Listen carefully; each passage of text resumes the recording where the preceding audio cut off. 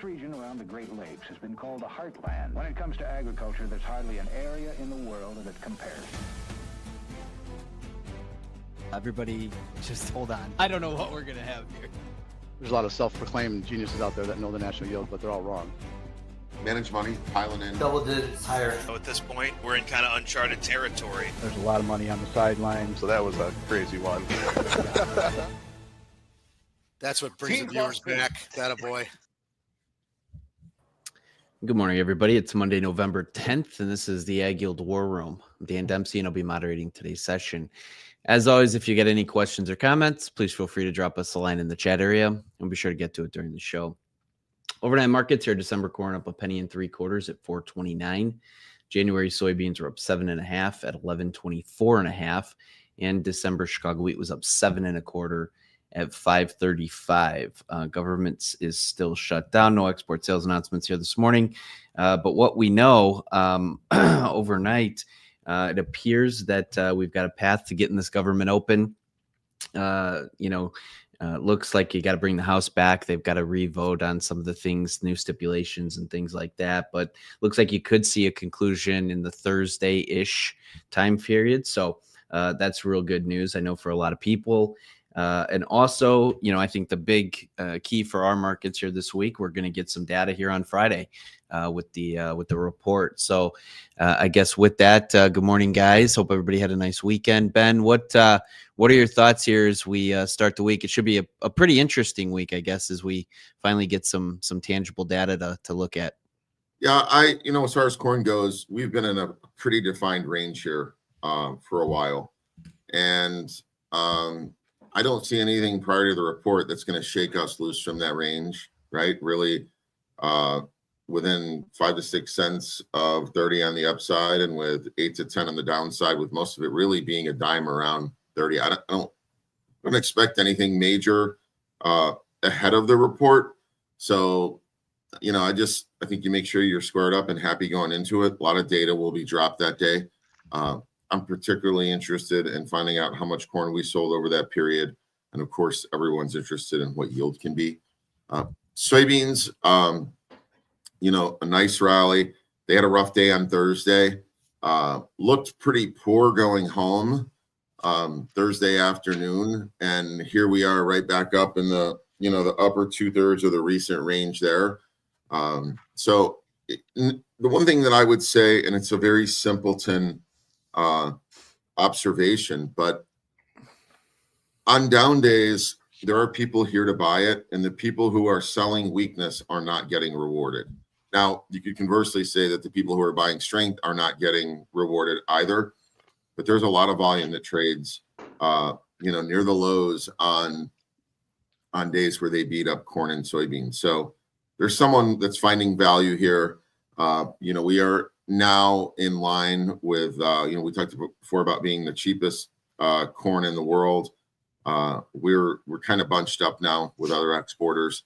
So I think we have to have some pretty significant news in order to help corn take that next leg up. And we could get that, right? Bin doors are closing. Harvest is all but over. I don't know how you construct at this stage of the calendar with what we know. I don't know how you can get bearish soybeans. It doesn't mean we can't break 20, 30 cents, 40 cents at a time. I think this week is going to be a chop within the range until we get to the report. You might find some people that, kind of chase it in both directions, right? And users that feel like maybe they need a little more coverage before this.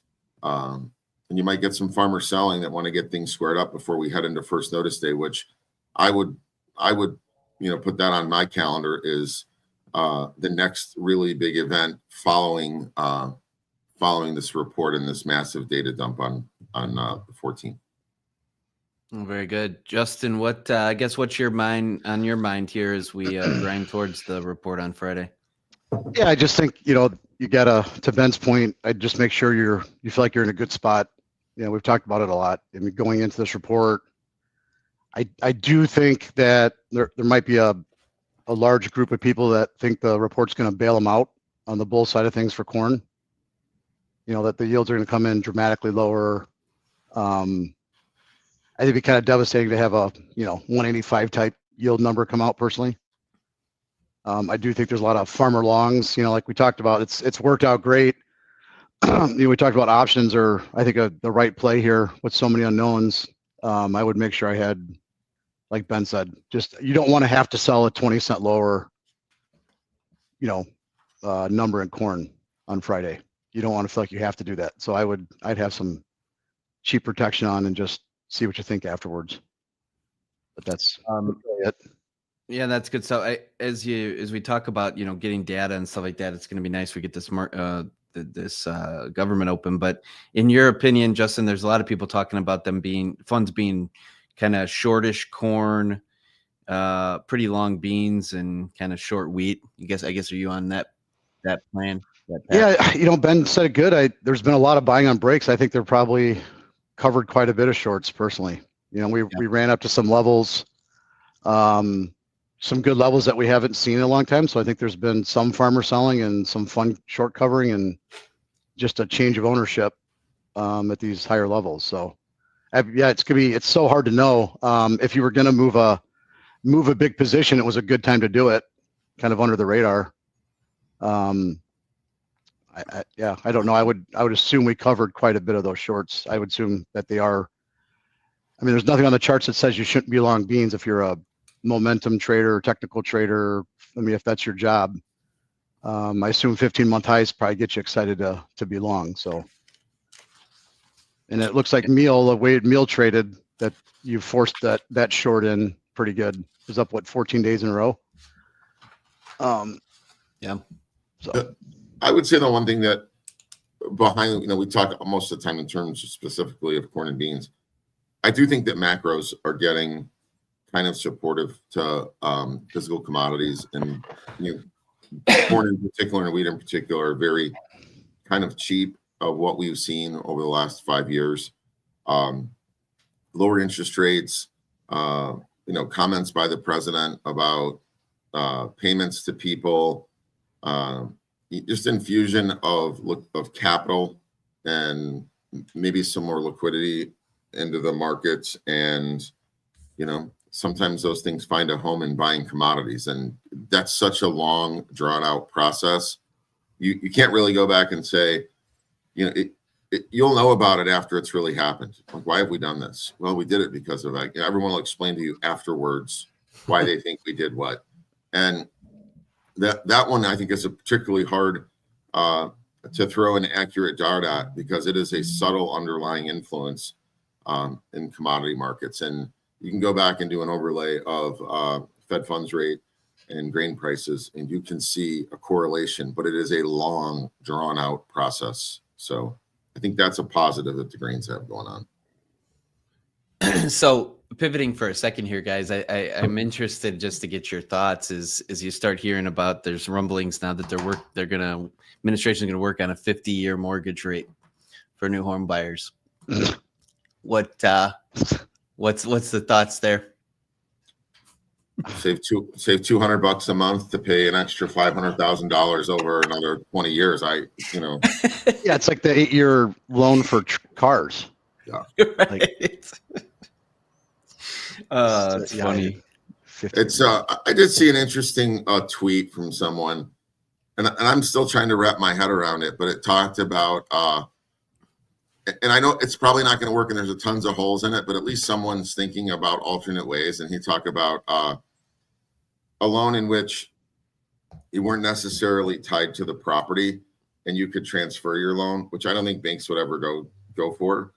And there's obviously going to be some variation in the houses and the spreads, but the housing market is really struggling, and that affects everything from Home Depot to financing companies, people who underwrite mortgages, to people that want to buy houses and can't. And we're not going to be able to build our way into prosperity, because construction costs have also gone through the roof. So I think that's a the big pink elephant in the room as far as the economy goes. Well, I think the stat I was reading last week, like the first time home buyer, the average age is 40 now. Wow. For the first time buyer. and the average age of any home buyer is like 59. So it's a problem, right? You've got a huge generation that can't afford housing. So Yeah, Well, and then average student loan debt too. Yeah, I think it's these young kids can't afford a house, they can't afford to pay their student loans, and they're not getting those top jobs. Don't seem to be available. Well, Yeah, let's it's be an issue. let's be devil's advocate for a minute here, though, too, right? Like, there is. I agree. I think that they've got an uphill battle to climb when it comes to home ownership. A 2% lower interest rate will help some, but that's also not a fix-all for everyone. And I think the expectations for a lot of people is that they're going to go in and own a 3,000 or 3,500 square foot house in the most desirable neighborhood as their first home purchase. And it doesn't work like that, right? So we've gotten accustomed to, big cell phone bills and all these subscription fees and all these other things that bite into the money that you're making. And at that age, when you're starting off, call it, 25 to 30, maybe 32, where a lot of people previously had been buying homes, they kind of have an expectation of this life, and you don't get there at your first stop, right? So I think that there's a balance here on that conversation, but it certainly is a problem. And think about all the homes in the next 20 years that will probably be sold, 25 years, as the boomers start to pass away. And I don't mean that in a bad light. I'm not wishing that on anyone, but the truth of the matter is there's an awful lot of homes that will most likely be sold, auction, whatever you call it. Oh, or downsizing too, Right. well, the problem is you can't downsize. That's the problem. Like, that's why it would be nice to have a transferable mortgage, to your point, because you're locked in. You've got a 2-something% interest rate. You're not going to go sell this house that you're either free and clear or have this really low payment to go. You can't downsize. It's more expensive to downsize. So you're kind of stuck. Like, I mean, my neighborhood, it's a bunch of, empty nesters that they just turn off the AC on the upper level. Kids are going just because it's cheaper than going to rent a place or buy a new place. So I don't know what this means for corn and bean prices, but it's got to be or something. I don't know. It's slow news day, guys. This is what we do on slow news. Talk about we're going to fix the housing market. That's more exciting. I think I would put in 1.2 on those. Back to corn and beans. I'm not a big, user of technicals, but I do think that there's a fundamental reason why people watch them, which is the underlying concept would be market participants still move markets. And if you push a certain number of people underwater very quickly, especially in levered markets, that's margin call, right? That gets them out. So like some of these moves could still be associated to things that have changed quite rapidly. We're starting to hit new highs that we haven't seen in a long time. Emotions are clearly flowing online on X. And this could be part of that momentum too. It's just that some of this is short covering as well too. But 100% look at meal. I mean, meals for sure. I mean, and look at oil share, meal, beans. And if you've been a short, you've basically given all that, how much now? You've given up a year's worth of gains in a couple weeks. And their story to be short was so strong. We talked about like the narrative changing, how fast it can change. And it's like that's just blown by everybody. So I don't think that I would necessarily say that this is just over either. There was a lot of positions to kind of clean up. That's the whole point of us talking about the 18-month moving average, right? We haven't been above the 18-month moving average for a settlement in years. And so you're starting to push a crowd that's been kind of on they've had a lot of momentum. It's been an easy trade. All of a sudden, you're finally starting to get some pretty large margin call. Like that could be a reason the trend has changed a bit. But this is the point, I think, of what we've been saying, cheap volatility. You can still be in the market and wait and see what happens because things are changing so fast on the geopolitical side.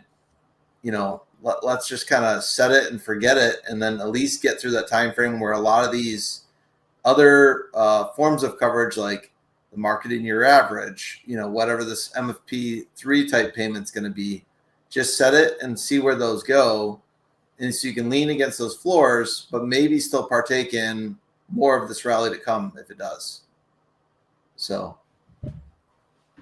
Very good. Got a minute here, just coming into the open, but Ryland wanted to address cattle here. It's going to be interesting to see President Trump's hammering down on the Department of Justice going after these packers. Like, what's the sentiment's going to be for the get out trade?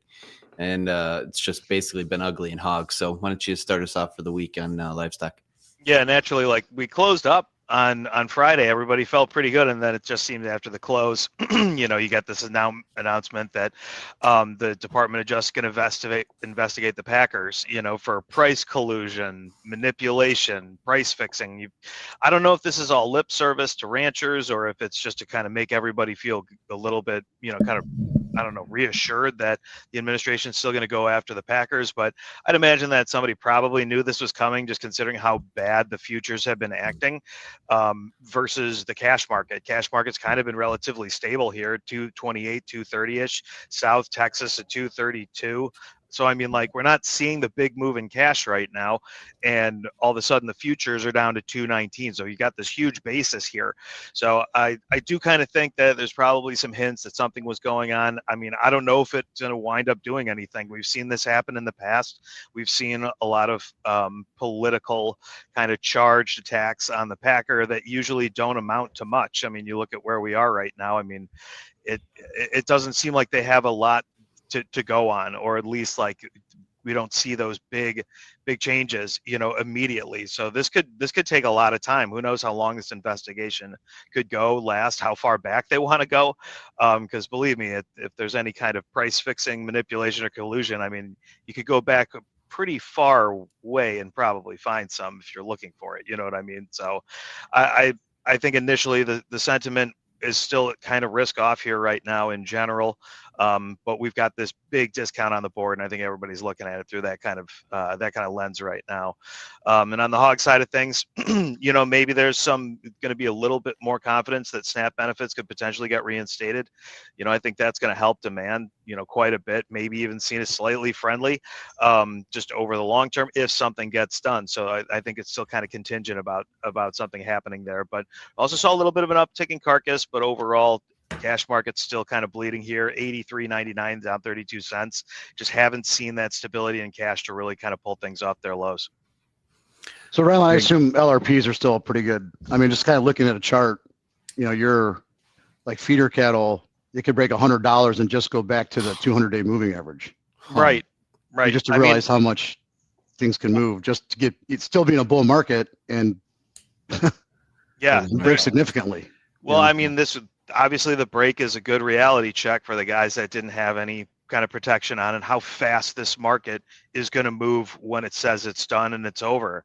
I mean, it's a falling knife, but how far does it fall, at this stage in the game? So, I mean, the guys that we deal with on a regular basis have a lot hedged, just all the way into, kind of late next year even. So margins, just because margins have been good, I mean, it's silly not to look at forward margins and try to make a decision here like, hey, I can give up a little bit just for a revenue guarantee or some kind of peace of mind, really, just not to panic. I think it's worth any kind of premium right there in the back end of the market just to say, hey, we're not going to drop $80, $80, and then sure enough, in 2 weeks we drop $80. So I mean, like, that's a reality. And I mean, I agree with you. Like, LRPs, put options are still really appealing, especially just because of the volatility that's in the marketplace right now. Or any other kind of strategy, synthetic put options, that kind of stuff. I mean, like, it could be a little bit scary, but it still may be the right thing kind of longer term. So I think it's just right for everybody to really think about the future, and what's coming down the road. Those big markets, like we talked about a while ago, but those really big bull markets, like, they can go so much farther when they're done. You don't know till afterwards, but right. Well, I mean, fundamentals are so good, it can't possibly go down to whatever price. I know, and it didn't seem like it really wanted to end. It seemed like it was kind of forced to end, which I think is still keeping some hope alive that, like we talked about before, you got all these gaps on the feeder cattle chart. You've got all this, everybody's going to throw in a Fibonacci retracement, and pick a point, that's much, much higher. I mean, like that can happen, but I mean, as we know, like I know people are tired of hearing about it, but yeah, LRP, put options, they're going to do what you want them to do, and that's just going to stop you from panicking, making a terrible decision, or hedging when you should have hedged. Should have already been hedged. Right. So that's just my 2 cents on it. Very good. Appreciate the update there, right? We just came into the open. We got December corns up $0.01 3/4 right now, 4.29. Jan beans up 7 3/4 at 11.24 3/4, and December Chicago wheat's up 7 1/4 at 5.35. I appreciate everybody that tunes in on a daily basis. If you wouldn't mind, throw us a like and certainly subscribe. Doesn't cost you anything to do so, and it'll keep you up to speed on everything that's going on with AgYield. So again, thanks to everybody that supports the show. And we're doing this live every day that the markets are open on X, Facebook Live, and YouTube Live, 8:15 Central Time. Appreciate the thoughts and comments here this morning, guys. It was a good show. Hope everybody has a good start to the week, and we'll talk to you again tomorrow. The War Room is proudly presented by AgYield. For over 50 years, the AgYield team has provided grain marketing and risk management solutions for growers across the country. Our veteran consultants harness cutting-edge technologies to pinpoint risk, optimize market performance, and protect your farm's profitability. Discover a new approach to farm revenue management at agyield.com.